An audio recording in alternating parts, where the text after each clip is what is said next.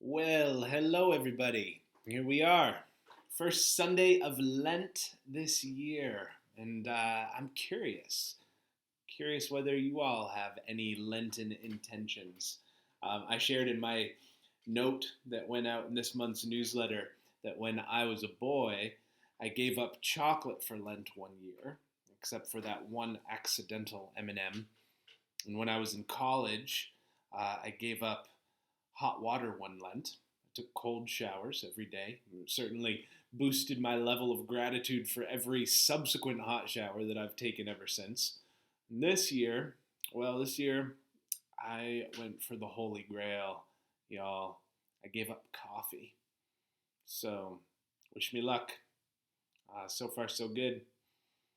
Sometimes, sometimes I think it's actually easier to give something up than it is to take on a new practice or form a new habit. You know what I mean? How many of you have ever set an intention to maybe spend a little bit of quiet time alone each day, like actual quiet time, not just time for Wordle, or maybe you aspired to do something else for your personal spiritual edification, only to find yourself when you set the meditation timer or crack open your Bible or bow your head to pray, you find yourself bombarded with the usual batch of worries and doubts, and you just cycle through all the many expectations and the demands of the day and the warring messages of the world weighing on your mind, and you know, yeah, you're not alone. It makes sense. There's a lot going on out there in this world we share, and no doubt a lot going on in your own personal lives as well. And right in the midst of all the muchness of it, it's worth it to continue to bring our attention back to the practical things that can support our growth, our flourishing as people of good faith. So throughout the next several Sundays, throughout Lent, leading on up to Easter, I am going to be preaching a new series of sermons called Practicing Spiritual Formation. So let me tell you briefly just what it is that I mean by spiritual formation and what I'm hoping for from this series. And then we'll talk about the devil in the desert and temptation and all that from this morning's reading. Okay, so first off, spiritual formation, as I understand it, spiritual formation is the purposeful participation in the dynamic relationship between you and the earth and God.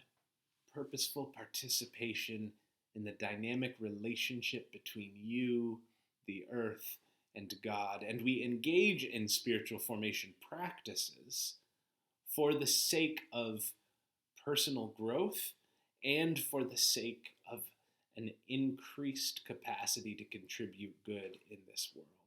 That's the orientation. And that's what we're looking to do with this series, to consider ways that we can purposefully participate in our own dynamic relationships with God and with the earth so that we grow individually and collectively and are equipped to make good change in the world. That's it. That's what we're up to. As we go through this sermon series each week, we'll continue to follow Jesus' ministry and life with weekly gospel readings, and we'll make a connection each week to one or two of the classical spiritual disciplines, which are teachings or practices that will help to deepen our understanding of who we are and strengthen our connection with God and the earth and sustain our spirits for the long walk of faith. As we look at some specific spiritual practices along the way, I'll be drawing a lot from Richard Foster's The Celebration of Discipline. If you'd like to get a copy of the book, It's a great one for personal study as well. And we won't cover every spiritual discipline or spiritual practice, but I've prepared a pretty good menu for us. Over the coming weeks, we'll talk about the practices of celebration, of simplicity and service, of confession, of prayer and meditation, and today of solitude and of silence. And it's my hope that we'll carry these practices of spiritual formation with us beyond this hour when we gather on a Sunday into our day-to-day lives, that we also make a fresh commitment to taking responsibility for our own individual spiritual growth as active participants in this community of spiritual practice. How's that sound? Sound good? Good. All right. So, we need to talk about the devil. Excuse me. We need to talk about the devil. And the gospel reading this morning from Luke chapter 4, it's got Jesus going into the desert alone to fast and to pray. And this comes right after he was baptized. Do you remember when we talked about that back in January when I did a little rap at church about John the Baptist? How could you forget? Jesus was baptized by John the Baptist in the Jordan River. And then right from the muddy banks of the river, he goes off to the desert wilderness, following the Spirit, which calls him into a time of solitude. And remember last week when I told you about the 3 parts of every wilderness experience. I'm looking at you, Madeline. I know you were taking notes. What are the 3 parts? There's the approach, there's the surrender, and there's the return. And in the approach, do you remember the questions that begin to surface as you cross the threshold into the wilderness? The questions that begin to surface are, who am I and who am I here for? I taught a workshop this past week on wilderness spirituality, actually, for a group of students who are in training at the Chaplaincy Institute of Maine. I told them about the approach, the surrender, and the return, and about the questions that come with each. And one of the students offered this insight, that along with the questions, who am I and who am I here for, that another question often comes up as we enter into a wilderness experience. And I love this. She said, the other question that often comes up is, who will meet me here? And who is it? Who is it that shows up to join Jesus during his bout of solitude in the wilderness? The Gospel of Luke tells us for 40 days, Jesus was tested by the devil. And the devil tests Jesus in his hunger, suggesting that he might be able to turn some stones into loaves of bread. The devil tests Jesus by offering glory and power and authority in exchange for loyalty. And the devil tests Jesus up at the very top of the temple in Jerusalem, saying, you're God's favorite. Why not take advantage of your privilege? Go ahead, be as reckless as you want. Push the bounds. There's no consequences for you. Show off your divinity. Defy gravity. And then what does Jesus do? How does Jesus respond? Who is this character? Who is this character in the story enticing Jesus with self-satisfaction, trying to get him to shift his loyalties, trying to get Jesus to use his power and charisma to prove himself and to justify his calling? In some of the biblical traditions, like in the Hebrew book of Job that I preached to y'all about last year, a long while ago, the devil, or in Greek it's diabolos, and in Hebrew it's hasatan. This is an adversarial figure that actually sometimes collaborates with God, kind of like a combination between a prosecutor and a jester in the court of God. Diabolos literally means slanderer or accuser. So the devil's purpose is to make accusations that stir up trouble. Over the course of Western history and of Western thought, uh, the devil has come to be seen as a singular being who's the personification of evil, right? Sits on one shoulder while the little angel sits on the other shoulder when you're facing a moral dilemma. But the way I read these stories, the devil seems to be more like a trickster, sowing seeds of doubt and confusion. And that's what Jesus experiences. Jesus goes to the wilderness alone to prayerfully open up to his identity as God's beloved and to explore his purpose in ministry. These are big questions. And it's pretty normal, isn't it? Whenever you're up to something big, when you're up to something important, it's pretty normal to experience some significant pushback. It actually makes a lot of sense that while Jesus is in the wilderness engaging these big questions, he gets this pushback. He gets challenged by this voice of accusation, this force of sabotage that tries to get him to misremember and to misrepresent who he is. After his baptism in the Jordan River, Jesus heard God's voice loud and clear about who he is. You are my child, and you I am well pleased. And Jesus is out here getting more and more clear about his purpose, about what he's here for and who he's here for. The Spirit is on him. He is anointed to preach good news to the poor, to set the captives free, to liberate the oppressed. That's who he is. That's what he's here for. And then comes the pushback. I don't know, Jesus. That sounds pretty hard. You'll probably have to make some sacrifices to get there. You must be hungry. Why not take some shortcuts?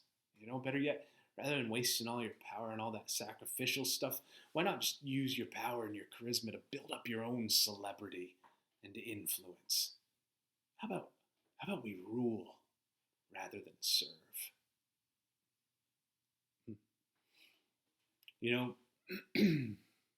Whatever else Jesus was, he was fully human. And I would argue that you can't be fully human without experiencing a hell of a lot of self-doubt and fear. Fear maybe of not being enough. Fear of not having what it takes to see it through. Fear of being exposed and misunderstood and alone. And it's almost as if Jesus was clued into the inevitability of such doubts and fears. Because throughout his life and ministry, Jesus regularly sought out solitary places where he could go to recenter himself in the assurance of God's love and guidance. He does it here for 40 days in the desert before officially launching his ministry. He spends a whole night alone in the hills before he calls his first followers. When he hears the news about his cousin John getting executed for his radical ministry, Jesus takes a boat, withdraws for a time to a lonely place. After feeding the 5,000, Jesus goes to the hills for some solitude. After different healings and teachings, he withdraws to the wilderness to pray. He teaches his followers to do the same. And even when he's in the city before being arrested by the empire, he seeks solitude in the Garden of Gethsemane. The practice of solitude was a central and centering feature in Jesus' life. And those of us who follow his lead, well, we do well to follow his lead on this one too. Because we too inevitably experience uncertainty and doubt about who we truly are, don't we? Every one of us, I suspect, regularly experiences fear of not being enough or not having what it takes to make the contributions that we most want to make in the world.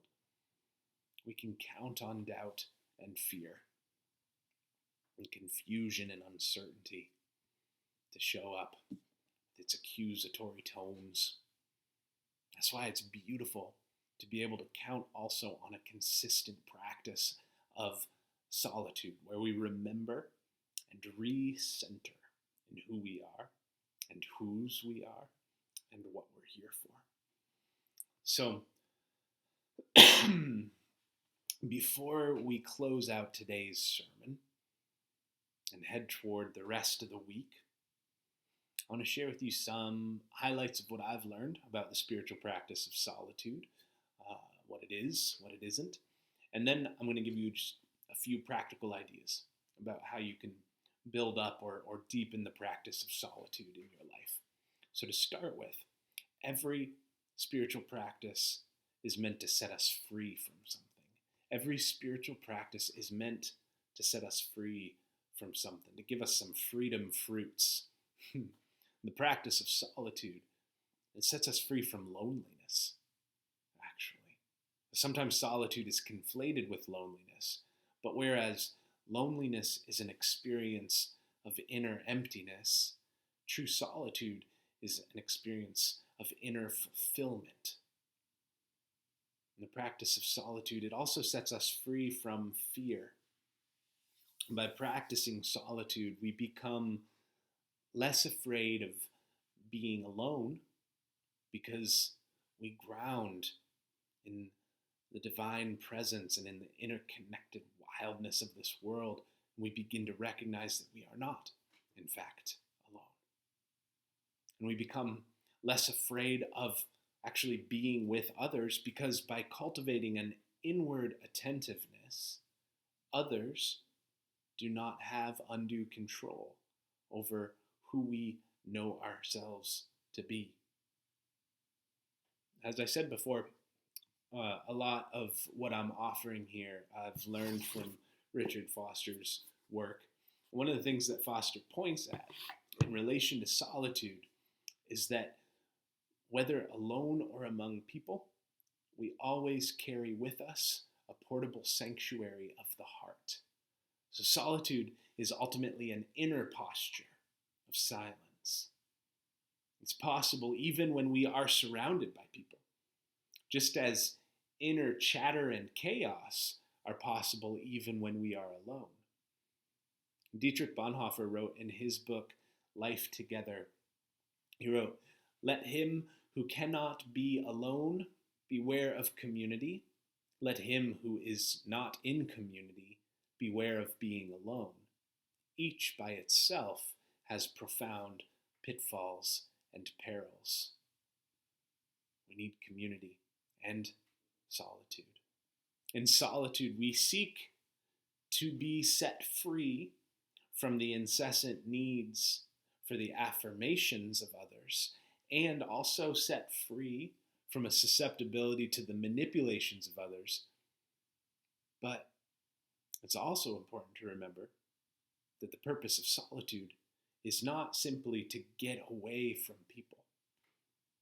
The purpose of solitude and inner silence is so that we can better hear the whispers of the divine, which will always confirm to us that we are beloved children of God and will always guide us to live boldly in ways that accord with that identity. As Foster writes, if we are to succeed, we must pass beyond the theoretical into life situations. In other words, spiritual practice is doing something. It's not just thinking about or talking about doing something. So what and how are some ways that we can practice solitude in our lives? One, take advantage of the little solitudes that fill your day. Maybe it's a pause for silence when you're brewing your coffee in the morning, or maybe while walking your dog, or maybe while simply walking from one room to another. Got a designated room-to-room experience of solitude. And maybe, I know this one's a stretch, but just maybe on your commute into town or home from work, you might see traffic as an invitation to slow down inwardly and embrace that bit of solitude and silence. Two, so you've got the sanctuary of your heart, but also go ahead and set up some sanctuaries in your home and identify some sanctuaries outside as well. Maybe you designate one chair in your house as the do not disturb chair for whenever someone needs a self-inflicted timeout. Or if you have a spare closet or corner, you set up an altar and prayer space where you can withdraw to be alone. Or a park bench. Or take advantage of sanctuary hours at a church or a chapel, or go on retreat if you're able to a hermitage or to an actual wilderness space. And number 3, mind your tongue. The practice of silence is an incredible companion to the practice of solitude. Just take a breath to drop inward before automatically responding to others. Especially if you're lost in the chatter of your own mind, or you're finding yourself lost in their worries. Take a breath. Mind your tongue. Maybe practice looking back on the day and ask yourself, was there an encounter where I used more words than I needed to because I was trying to ensure that someone would not misunderstand me or my intention? And what might it be like in the future to forego that impulse to self-justify and simply allow God to be my justifier instead? 4, try going a day or a portion of a day without words.